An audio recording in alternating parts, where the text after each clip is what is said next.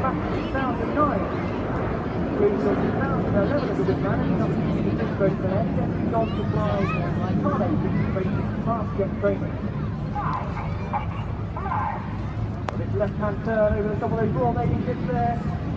Red one calls another formation change. Red 89 to the outside, 6-7 drops to their relative side. And now from red 9 left wing kick through to red 8 right wing kick. Now wider formation.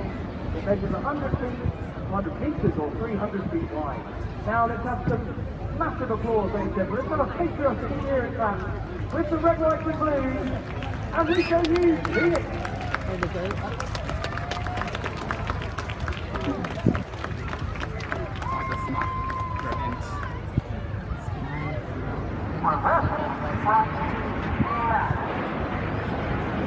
First and right now, red one.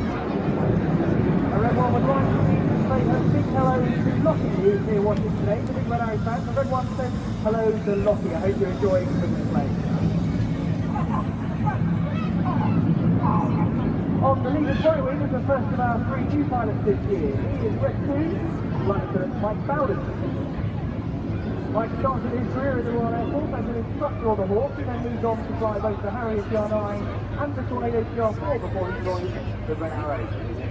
Now out to the right, towards Paul, you can see form a never set. This is ready for the first of our formation foul roll in the shape of chevron, ready for the chevron roll.